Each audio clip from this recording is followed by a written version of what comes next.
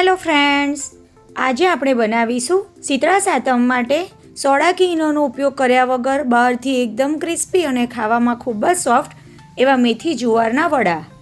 આમ તો આ વડા શીતળા સાતમ માટે રાંધણ છઠ પર બનાવવામાં આવતા હોય છે, પણ તમે એને નાસ્તા માટે કે ટ્રાવેલ માટે પણ બનાવી શકો છો, કેમ કે ફ્રીઝ વગર પણ 2 થી 3 દિવસ સુધી બિલકુલ બગડતા નથી.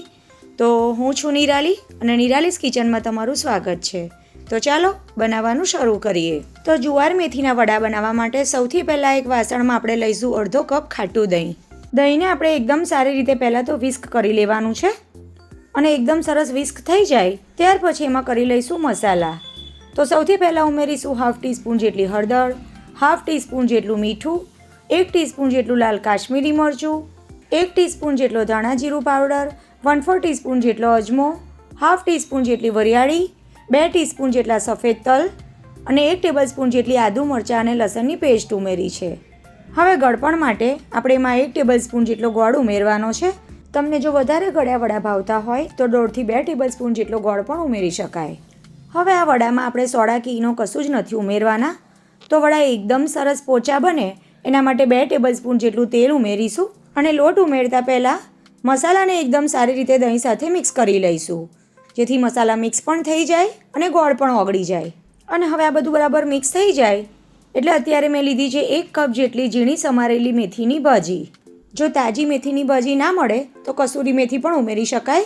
કસૂરી મેથી ઉમેરો તો ફક્ત 2 ટેબલસ્પૂન જેટલી જ ઉમેરવાની. હવે 1 કપ જેટલો ઉમેરીશું જુવારનો લોટ અને 2 ટેબલસ્પૂન જેટલો ઘઉંનો ઝીણો લોટ. હવે વડાનું બહારનું લેયર એકદમ સરસ ક્રિસ્પી અને કુરકુરું બને એના માટે 2 ટેબલસ્પૂન જેટલો મેં રવો ઉમેર્યો છે અને 2 ટેબલસ્પૂન જેટલો ઉમેર્યો છે ચણાનો લોટ. એકલા જુવારના લોટથી તમને ખબર જ હશે કે બાઇન્ડિંગ નથી આવતું, એટલે થોડો ઘઉંનો લોટ ઉમેરવાથી લોટને બાઇન્ડિંગ મળશે.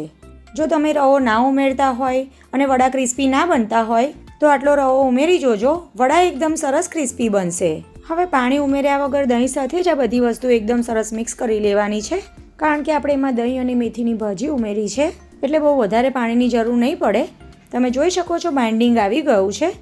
હવે આપણે એમાં ઉમેરીશું અડધા લીંબુનો રસ, કારણ કે મેં જે દહીં ઉપયોગમાં લીધું છે એ બહુ વધારે ખાટું નથી, તો ખટાશ માટે મેં લીંબુનો રસ ઉમેર્યો છે.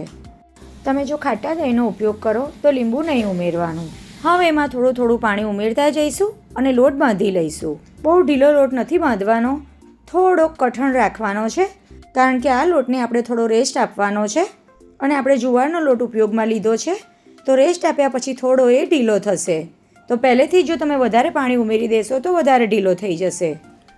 તમે જોઈ શકો છો વિડીયોમાં મેં કેવી રીતનો લોટ બાંધ્યો છે. તમારે પણ આવો જ બાંધવાનો છે. હવે આ લોટને ઢાંકીને અડધો કલાકનો રેસ્ટ આપીશું અને તમારી પાસે જો સમય હોય તો 2 થી 3 કલાકનો રેસ્ટ પણ આપી શકાય. અડધો કલાક થઈ ગયો છે અને તમે જોઈ શકો છો લોટ પહેલાં કરતાં થોડો ઢીલો થયો છે અને વડા બનાવવા માટે આપણે આવા જ લોટની જરૂર છે. તો પહેલાં આ રીતે થોડો મસળી લેવાનો અને ત્યાર પછી હાથને તેલવાળા કરી એમાંથી નાના નાના લુવા તૈયાર કરીશું. એકસાથે બધા લુવા નહીં બનાવી દેવાના, લુવા બનાવતા જઈશું અને વડા તળતા જઈશું અને બાકીના લોટને ઢાંકી દેવાનો, જેથી એ સુકાઈ ના જાય. તો આ રીતના મીડિયમ લુવા મેં તૈયાર કરી લીધા. હવે વડા બનાવવા માટે એક પાતળું કોટનનું કપડું લઈશું અને એને પાણીમાં પલાળી નિતારી લઈશું. ટ્રેડિશનલી વડાને થેપીને બનાવવામાં આવતા હોય છે, પણ આજે આપણે અલગ રીતે બનાવીશું, જેથી વડા સરળતાથી અને ઝડપથી બને. તો ભીના કપડાને મેં એક ચોપિંગ બોર્ડ પર પાથરી દીધું છે અને એના પર 6 થી 7 જેટલા લુવા મૂકી દેવાના. હવે ભીના કપડાના બીજા ભાગથી કવર કરી લઈશું. આ રીતની ફ્લેટ વાડકી લેવાની અને એનાથી આ રીતે બધી બાજુ સરખું પ્રેસ કરી લેવાનું. જાડું પાતળું ના રહી જાય એ રીતે બધા જ વડાને એક સરખા પ્રેસ કરીને તૈયાર કરી લેવાના. તો આ રીતે એકદમ સરળતાથી અને ખૂબ જ ઝડપથી એક સરખા ઘણા બધા વડા તૈયાર કરી શકાય છે. વડાની થિકનેસ આટલી રાખવાની અને કિનારી ઉપર ક્રેક્સ આવી હોય તો સરખી કરી લેવાની. બહુ પાતળા વડા કરશો તો એ ફૂલશે નહીં. આનાથી થોડા વધારે જાડા થશે તો વાંધો નહીં, પણ પાતળા નહીં કરવાના. હવે વડાને તળી લઈએ. તેલ એકદમ સરસ ગરમ થઈ જાય એટલે ગેસની ફ્લેમ મીડિયમ ટુ હાઈ કરી દઈશું અને એકસાથે કઢાઈમાં જેટલા સમાય એટલા વડા મૂકી દેવાના. થોડી વાર થશે એટલે વડા તરીને એની મેળે જ ઉપર આવી જશે અને ફૂલવા માંડશે. અને ના ફૂલે તો પણ ચિંતા નહીં કરવાની, સાઈડ ચેન્જ કરશો ત્યારે ફૂલી જશે. ગેસની મીડિયમ ટુ હાઈ ફ્લેમ પર ઉલટ પુલટ કરતાં કરતાં બંને સાઈડ એકદમ સરસ આ રીતે ગોલ્ડન કલર આવી જાય એટલે જરાથી તેલ નિતારી વડાને બહાર કાઢી લઈશું. વડા જાડા હોવાથી તળવામાં બહુ વધારે ઉતાવળ નહીં કરવાની, નહીં તો અંદરથી કાચા રહેશે. વડાની એક બેચને તળાતા 4થી 5 મિનિટ જેટલો સમય લાગશે. ગેસની મીડિયમ ટુ હાઈ ફ્લેમ પર બંને સાઈડ તળાતા એકદમ સરસ ગોલ્ડન કલર આવી જાય ત્યાં સુધી તળાવા દેવાના અને ત્યાર પછી તેલ નિતારી બહાર કાઢી લેવાના. તો જોતાં જ ખાવાનું મન થઈ જાય એવા બહારથી એકદમ ક્રિસ્પી અને ખાવામાં ખૂબ જ સોફ્ટ અને ટેસ્ટી વડા બનીને તૈયાર થઈ ગયા. આ વડાને તમે ચા સાથે અથવા તો દહીં, લીલી ચટણી કે કેચઅપ સાથે પણ ખાઈ શકો છો અને આમને આમ એકલા ખાશો તો પણ ખૂબ જ ટેસ્ટી લાગશે.